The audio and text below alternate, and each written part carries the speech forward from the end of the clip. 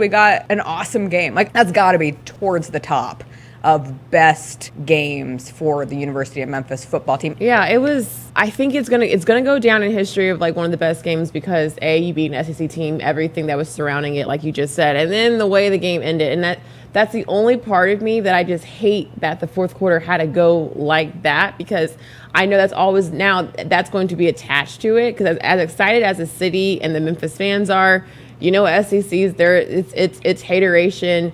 And we do have to talk about the one play that got a lot of attention. Actually, really two plays that got a lot of attention, but the one that got the most attention was the punt return. And when you see it all happen, I'm thinking like, okay, go ahead, scoop it on up. Until you hear that whistle, that is what you're always taught. Everyone knows that. But then you had that referee, that SEC fans, that referee right there. He can't work another SEC game. He can't. He cannot. No, I agree. I think he is going to be on the SEC's most wanted list at this point, because ultimately you have a situation where the SEC feels like they have to release a statement following saying that, it wasn't exactly played out the way that it should have, specifically mentioning in the fourth quarter that the kicked ball remained live by rule since it was not possessed by a player, nor did it come to rest in bounds. On the play, the back judge gave a single stop the clock signal immediately after the receiving team possessed the ball. The inadvertent signal aspect of the play is reviewable, and replay should have stopped the game to review for a potential inadvertent signal. The subsequent review would have placed the ball at the spot where the signal was made, and just so that they could drive the point home a little bit further, they also made sure to point out that two Memphis players were wearing number 4, which is technically a violation and should have resulted in a 5-yard penalty on Memphis. Blah, blah, blah. My takeaway from this is that 99.9% of the time, those calls go against the school like the University of Memphis. The SEC gets those calls in their favor. And in this situation, sure. Was it technically a bad call? Yes. Did it ultimately decide the game? No. If I remember correctly, the University of Memphis was ahead of Mississippi State when that happened. They had just completed a 98-yard touchdown drive, and this was the ensuing punt return on their next play, or their next drive.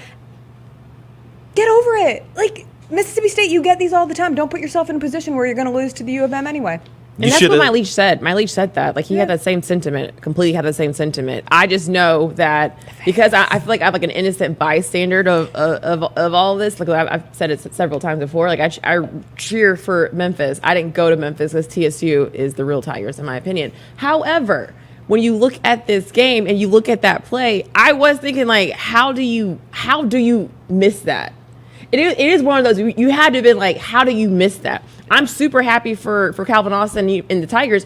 You're taught to keep it going. Until you hear that whistle, keep playing it out. You don't know where it can be, and then rush it. Get back on there. Like, if no one's going to review it, you still have to do you. I appreciate that. But at the end of the day, I was thinking, like, I don't know how you missed that one. Like, I don't know how the officiating really missed that one. If you're Mississippi State, you put yourself in that position, in that predicament. You're Mississippi State. You're from the SEC, the vaunted SEC, the best conference in the nation. That's what y'all tell me. How are you struggling to put away Louisiana Tech in week 1 and Memphis in week 3? That doesn't make sense. Memphis was so desperate to get something going at the start of the second half. They go for it on 4th down on their own, 38, 40, something ridiculous like that. They don't get it. You drive all the way down to the red zone. This is your chance to put this game away and to snatch the souls from not only the Tigers faithful, but from the Tigers themselves. And what do? You can't get in the end zone. That's on y'all, dog. Y'all had y'all opportunity. This isn't why you lost. You lost because you were the lesser team on this day. Get over it. Stop complaining. Stop crying. Try and figure out a way to get bowl eligible, because you just lost this game.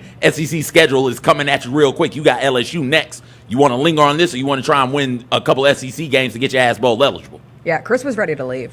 Honestly, like, it was start of the third quarter. Memphis had no momentum. It felt like things were not going in a good direction for the Tigers. And Chris was like, if it's still a two touchdown score at the end of the fourth, like, he was hot. He was getting sunburned. He had his jacket on over his arms. My man has the most alabaster was there even skin. sun out? If there is a glimmer of sun in the sky, it will find Chris Luther and it will light him up. He's got a full. You can see his entire shirt. you're an innocent bystander. Meanwhile, I put a Memphis glittery tattoo sticker on my face, so I feel like I've got to really ride hard with Memphis in this situation. But I will say, going back to that specific play with Calvin Austin, my favorite part of it was Ryan Silverfield saying, I'm not going to lie to you, it's not like I was standing on the sideline saying, pick up the ball and run. He didn't know what was going on either. Watching it from the stands, it's one thing when you see it on the broadcast didn't know what was going on. Being in the stands, no one knew what was going on. And it was so fun and just so indicative of the college football experience, period, to be around opposite fans in a situation like that, because the fans who it ends up being ruled a touchdown for are psyched, but the confusion, the Mississippi State fans just trying to make sense of anything at that point, because the game had so clearly been going in the direction that it felt like it was the Bulldogs. It's not going to make sense. I think you have to be real. You have to be real. Like it's just not going to make sense. At that point, you still had time left on the clock, and then you move on down into the game with the onside kick, which I was just once again so confused on the officiating, where you're looking at. That wasn't even what you were reviewing, and you come back. We were supposed to be reviewing if the ball went the 10 yards before someone came down on it. Then you come back and say illegal blocking, and it was like, that's not how it works. If you weren't reviewing for that, you can't go try to find something else. At that point, I was just like, you know what?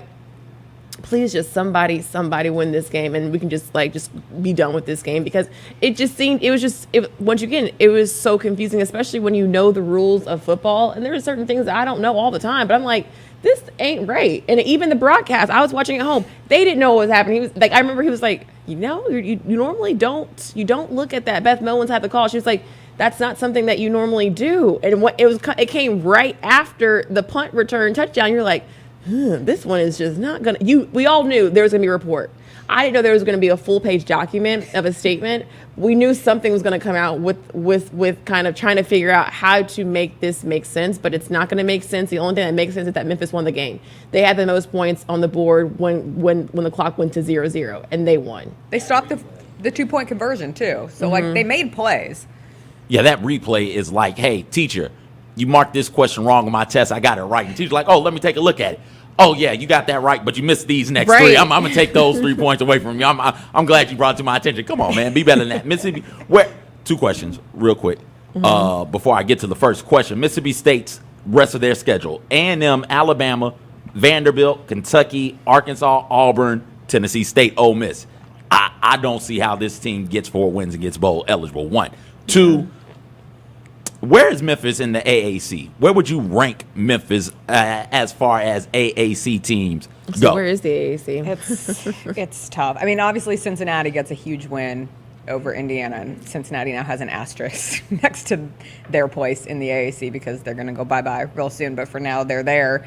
I think UCF might be better still, even though they have a loss to their name, but Memphis is at least hanging. I mean, like, you can only beat the teams in front of you, and I don't necessarily think Mississippi State is the glory of the SEC this season, but you found a way to kill Nichols, you hold on against Arkansas State, you get a little bit of luck, but ultimately you figure out how to get it done against Mississippi State at home. You're at least contending in the AAC going into conference play.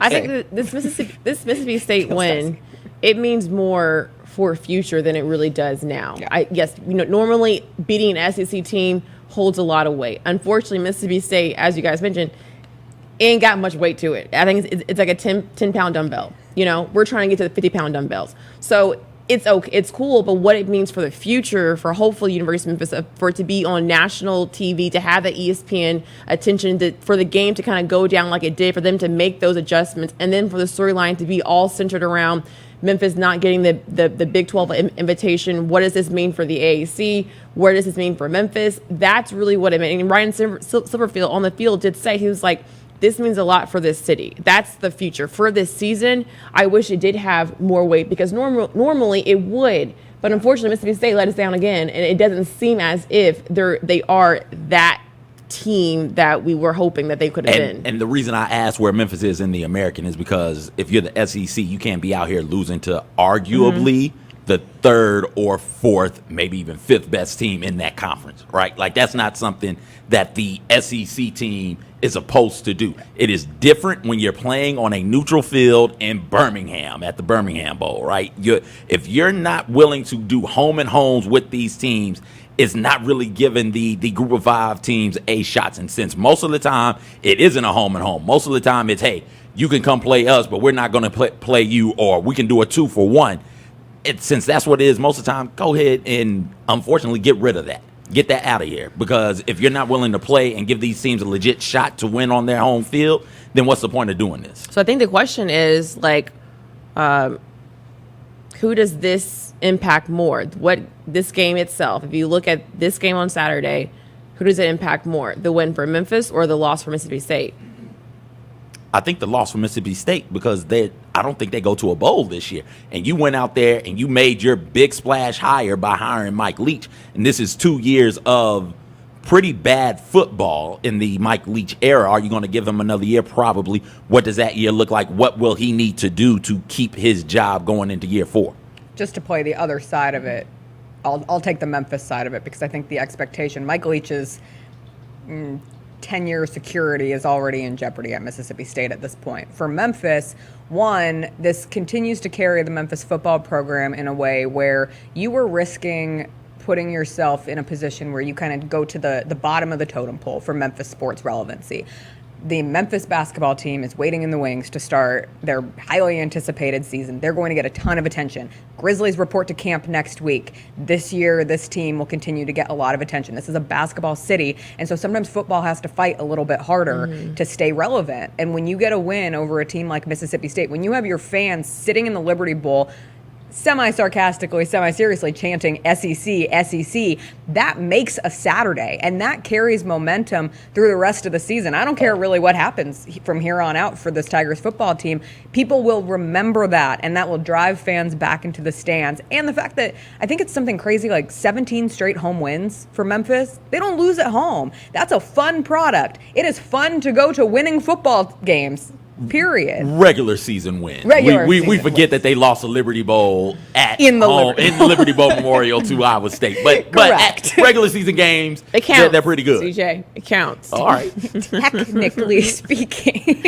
But no, I just think it was, it was huge. Isaac Bruce was there getting honored after getting in the Hall of Fame. It's awesome that Memphis has a Hall of Famer in their wheelhouse. It was awesome to see Jaren Jackson Jr. there. Precious Achua was there. It was a whole lot of Memphis love existing at the Liberty Bowl. And that whole Memphis Tigers basketball team was there. We were sitting in the student section, and they were right behind us. And I was like, whoa, that's the whole Memphis basketball team. Okay. Yeah, it is cool to see Desmond Bane and Jaren Jackson Jr. turn out for University of Memphis. I think the biggest thing is because these are guys, and I think, a lot of times we always talk about people like sticking with their teams. These are guys who have college teams, who play college football. And, yes, but in your own community, for them to go out and show up and to be on the field taking pictures together. And then you saw Jaren, several videos that Devin did post that like Jaren like really, really into the game, cheering on University of Memphis. And for us, it's more about just that like city love. And that's really what it means. Yeah. And this city's at its best when all of its sports are doing well, and that's when it's the most fun. So congratulations to the University of Memphis. Big win, big weekend. Keep it going. Keep it going. Keep it going. You can. I think you can celebrate maybe just one more today, and then it's like it's time. It's like you gotta keep it going. You can throw it in your Mississippi State friends' faces forever, though. Yeah, the hard part for me is I have a lot of Mississippi State family because that's why it's really hard. I think that's why it's really hard for me to. I cheer for Memphis, but it's really hard when they play these Mississippi schools because Mississippi, we done stretched out and did everything. Like my uncle went to Mississippi State, and so he was calling, and he loves the Bulldogs. So it's really, really difficult. I have family that lives in Starkville, so it's like, yeah. Do they have cowbells? We do not have cowbells.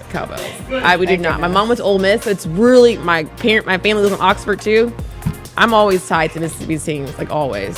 So, but I'm happy for Memphis. I really am. We are. It was also a really good weekend for Tennessee, period. We should probably take a break because I believe Mike Wallace is going to join us, but we have to give Meghan the stage to talk about the Tennessee. No, I'm sure y'all are going to jump on the bandwagon with me now. Oh, no. It's okay, though. No, I'm not on the I know. I have been You're not on because the Bills got a No, there's an just okay win. I'm more amped on the Broncos, baby. Teddy Bridgewater or bust. Let's go. But I Every year it's different. I am letting Last year you you were all conduct. on Buffalo Bills trying to jump off a table. yeah, the whole now you're trying to jump off a table vaccination for the thing has been Broncos. really tough for me to deal with the Buffalo Bills. It's been hard to get as excited. And like I told you, we need to ignore the Bills for a couple weeks and let them get back to their best life. But we will take a quick break. We'll come back. We got a ton to get to.